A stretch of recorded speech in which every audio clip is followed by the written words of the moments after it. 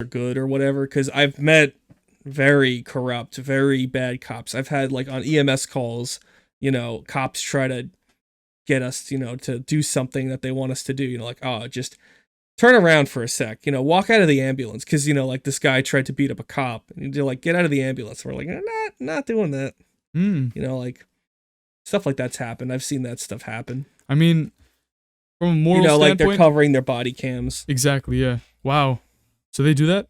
What is the explanation like when that happens? Like, malfunction. Got you. You think it's really easy to get away with that kind of stuff? No, it's not, especially with body cams. I 100% love the idea of body cam. Like, I want a body cam when I'm on EMS calls because it's protection in a way. It's infrastructure, Especially if something happens and down the line, because especially for EMS, you have to worry about liability and negligence, and like when I was in my EMT class, one of the things they told us is you're going to get sued.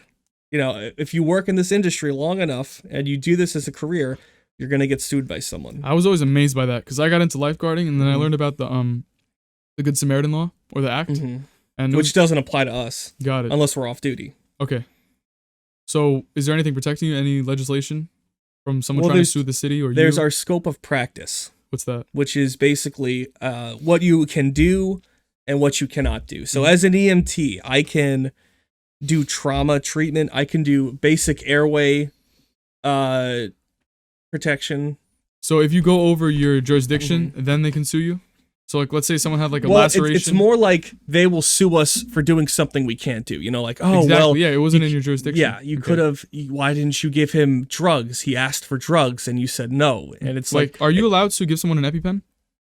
Administer? They have to administer. I can administer an EpiPen for certain cases. If you're having an anaphylactic shock, which includes difficulty breathing, we can give EpiPen.